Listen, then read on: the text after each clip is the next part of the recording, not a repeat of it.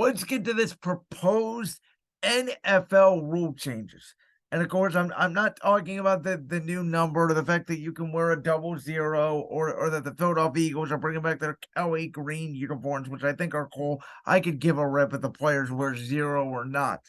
I'm talking about the fact that Thursday night football is probably going to get flexed weeks 14 through 17, where a team that's already played on Thursday night can play another Thursday night game, as well as the fact that the NFL in the next 10 years, reported by Pro Football Talk, may be having a primetime game every single day of the week.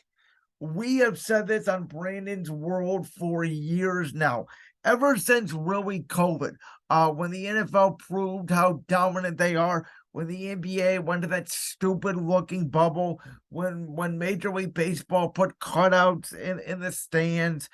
We had said the NFL, no matter what, will be watched. The NFL was the one sport that did not look different without fans, and the NFL has the best product out of any sport, including college, including high school. People want to watch the NFL because it is everywhere. It is on the East Coast, it is on the West Coast, it is central. It is essentially everywhere. And so, because of that, I think that the National Football League is just going to dominate. And I think eventually they are going to get to that, threshold that they are going to have a primetime game every single day of the week. And, I do think that that is a bad decision. I think the Thursday night football thing is a bad decision. Players already getting hurt. You're trying to rush them. I think that they should kind of stop Thursday night football sort of midway through the season.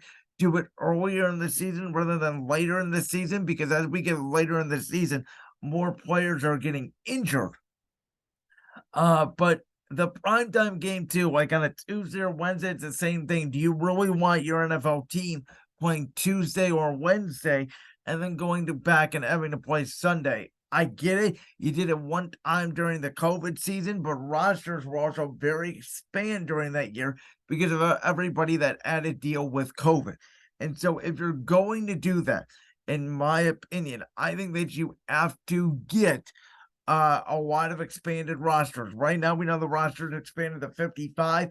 You may even have to expand that roster to 60, 65 players to get to that primetime level every week. I get it. It's all about the TV deals. There's a reason why the NFL is going to go from 17 to 18 games, which I do like, by the way, even though I thought 16 was the perfect number.